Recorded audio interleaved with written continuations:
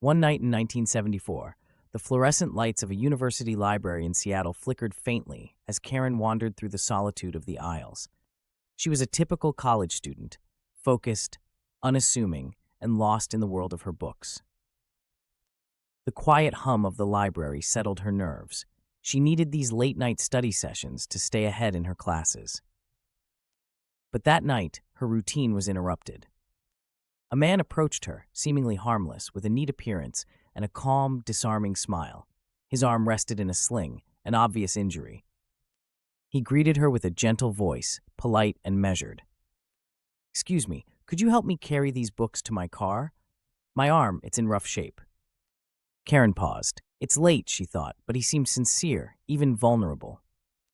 Nothing about him triggered alarm bells. His clothes were tidy, his demeanor was kind. Hesitant, but feeling somewhat obligated, she nodded. They walked outside together into the parking lot, stepping into the heavy stillness of the night. The lot was eerily quiet, the streetlights stretching shadows across rows of silent cars. Her unease crept up, but before she could act on it, they arrived at a small, unassuming Volkswagen Beetle. Karen opened the back door and neatly placed the stack of books inside. Then she felt it, a cold iron grip tightening around her wrist. Her heart seized in her chest. She spun to face the man, but the calm veneer had vanished, replaced by a deep, chilling darkness in his eyes.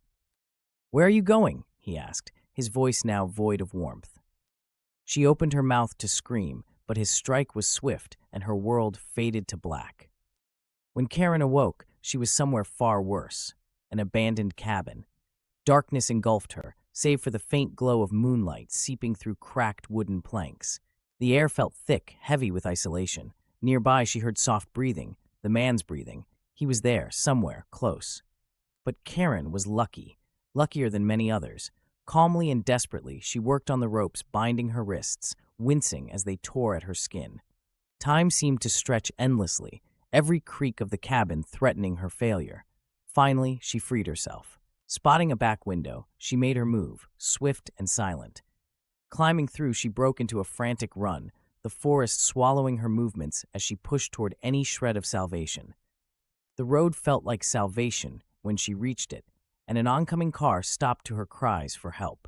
When police later arrived, Karen provided them with crucial details about her captor and his methods. That man, she learned, was Ted Bundy, a name that would soon become synonymous with terror. Bundy was no ordinary criminal. He combined intelligence, charm, and meticulous planning to become one of the most elusive and dangerous serial killers in history. By masking himself as harmless, he manipulated his victims into fatal situations.